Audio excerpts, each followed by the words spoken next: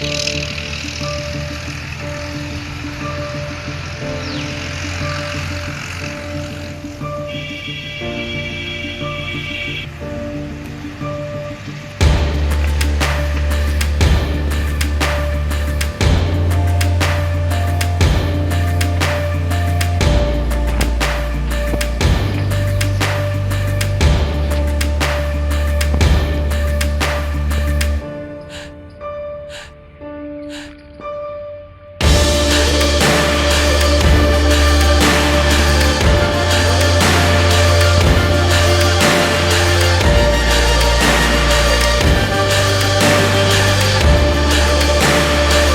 की दुनिया में आपका स्वागत है।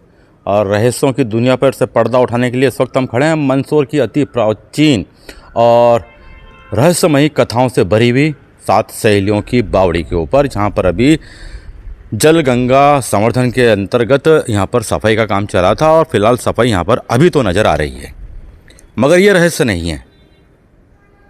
रहस्य की बात भी करेंगे, मगर पहले आपको थोड़ा सा इस प्राचीन बावड़ी के बारे में बता देते हैं। ये मंदसौर की प्राचीन 7 सहेलियों की बाड़ी है। 7 सहेलियों का नाम आते ही आप समझ सकते हैं कि इसके पीछे कहीं ना कहीं 7 सहेलियों की एक दर्दनाक खौफनाक कहानी छुपी हुई है। वो कहानी के बारे में हम बाद में बात करेंगे कि वो कहानी क्यों है और क्यों इसका नाम 7 सहेलियों की बावड़ी पड़ा। फिलहाल हम यदि बात करें यहाँ की, तो ये मंदसौर का एक सुंदर पर्यटन स्थल बन सकता है। हालांकि पूर्ववर्ती कलेक्टरों ने इसको पर्यटन क्षेत्र के रूप में विकसित करने का बीड़ा उठाया था, मगर पता नहीं क्यों लोगों की बेरुखी के चलते यह योजना सफल नहीं हो पाई। यदि आप इधर की तरफ देखें तो काफ़ी कुछ साफ़ कर दिया गया है। यहाँ पर कभी दीवार हुआ करती थी जो धीरे धीरे अब टूटने लगी है।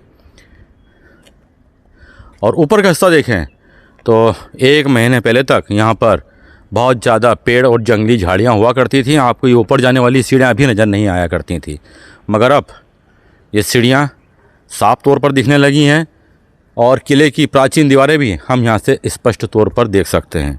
संरक्षित होने के बावजूद इस किले की देखरेख क्यों नहीं हो पा रही है, ये एक चिंता का विषय भी है।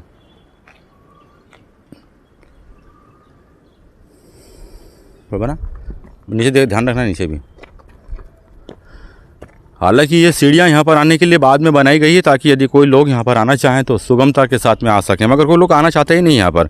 हम बाहर ज़रूर जाएंगे, बाहर के किलों को ज़रूर देखेंगे, मगर मंदसौर के अंदर जो किला है उसे हम खोजने और देखने नहीं आ सकते हैं। यहाँ पर रहस्यों की भरमार है, एक से एक कहानियाँ यहाँ पर छुपी पड़ी हैं।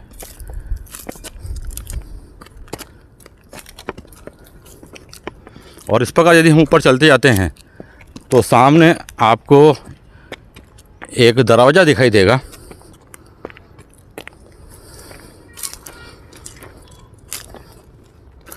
इस दरवाजे के पास भी काफ़ी कुछ झाड़ियाँ हुआ करती थी जिन्हें साफ़ कर दिया गया है।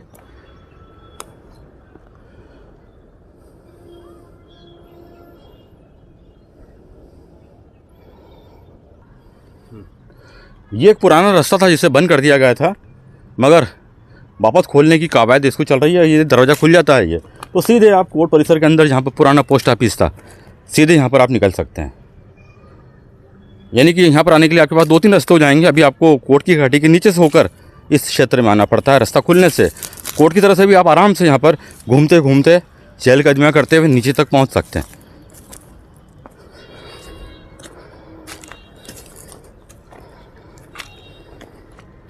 फिलहाल यहाँ पर काफ़ी बियाबान है, सुनसान इलाका है, क्योंकि लोगों की चहल पहल यहाँ पर शुरू नहीं हो पाई है।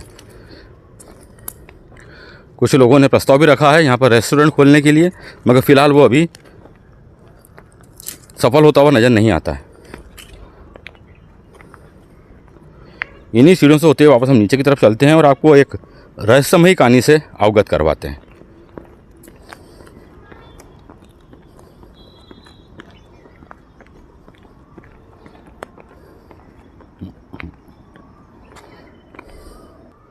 तो वापस हम उसी जगह पे आ चुके हैं जहाँ से हमने इस कार्यक्रम की शुरुआत करी थी।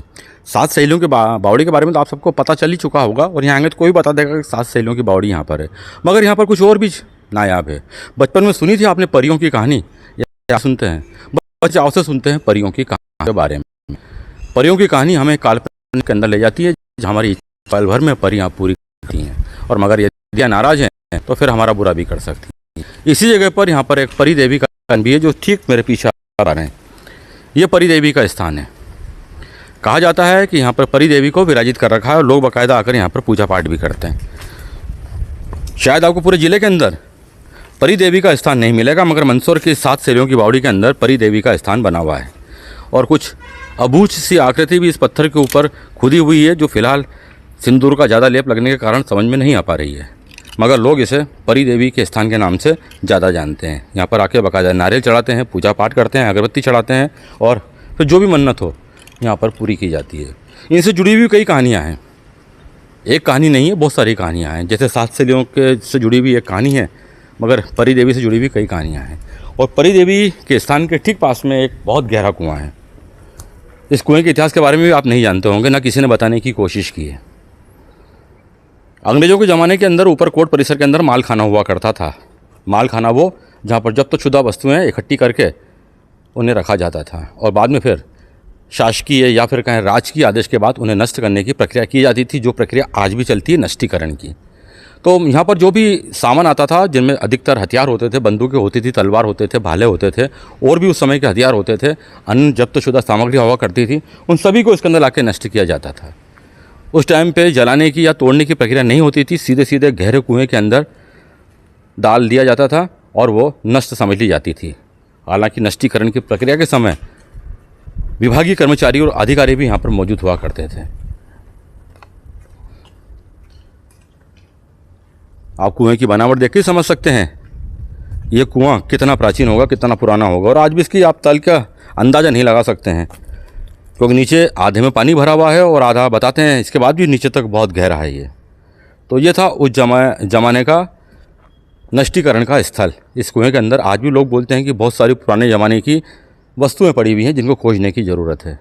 और इस 7 सहेलियों की बावड़ी के बारे में तो कहा जाता है कि नीचे कई कमरे बने हुए हैं, मगर उन कमरों तक कोई पहुंच नहीं सका है, क्योंकि इसका पानी टूटता नहीं है। और भी बहुत सारी बातें इसके अंदर चलती हैं। तो कुल मिलाकर जहाँ पर आपकी 7 सहेलियों की बाड़ी घूमने के साथ साथ आपके लिए एक दिमाग की खुराक का भी काम करेगा, जहाँ पर आपको एक साथ एक ही जगह पर कई कहानियाँ, कई किस्से सुनने को मिल जाएंगे।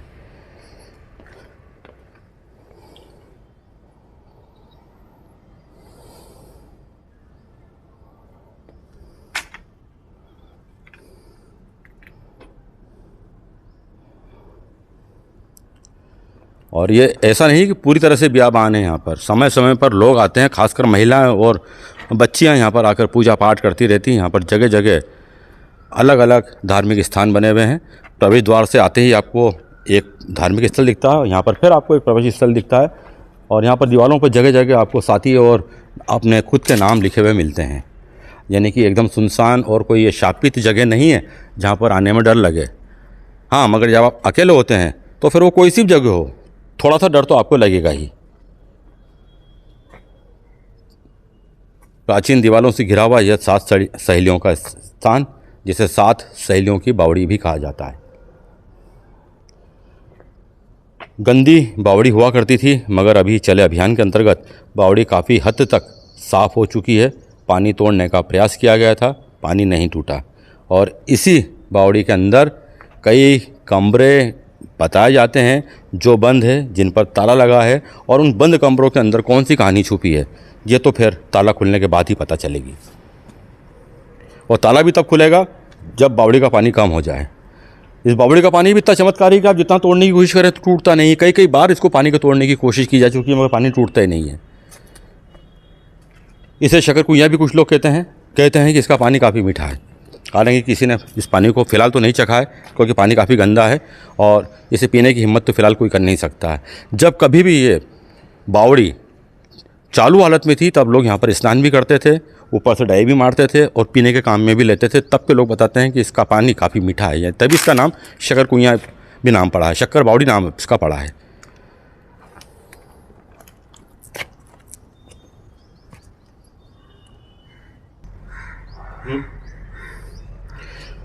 तो ये 7 सहेलियों की बावड़ी अपने आप में किस्से कहानियों का खजाना है। देखिए अब आप ये रास्ता दीवार तोड़कर इस रास्ते को बनाया गया है। यहाँ पर टूटी हुई दीवार है, ऊपर पत्थर सब कुछ आपको लगता है कि बाद में तोड़कर इस रास्ते को बनाया गया। मुख्य रास्ता इसका ऊपर से ही है, जहाँ से हमने आपको बताया था। बाद में वैकल्पिक सुविधा की दृष्टि से इस रास्ते को बना दिया गया है। और इस रास्ते के अंदर आप आते हैं तो पता चलता है कि आपको इस किले की दीवारें कितनी मोटी है। यहाँ से लेके ठेठ यहाँ तक आप देख लीजिए, ये सब किले की दीवारें ही हैं। यानी कि न करते कम से कम 10 से 15 फीट मोटाई की दीवारें हैं ये, और जो हमें बताती हैं कि उस टाइम पे दीवारें किले की क्यों मजबूत हुआ करती थी। तो ये थी 7 सहेलियों की बाड़ी, परी देवी का स्थान, प्राचीन कुआं जहाँ पर पुरानी वस्तुएं नष्ट की जाती थी। आज के किस्से कहानियों में इतना ही, फिर कहीं आपसे मुलाकात होगी। नमस्कार।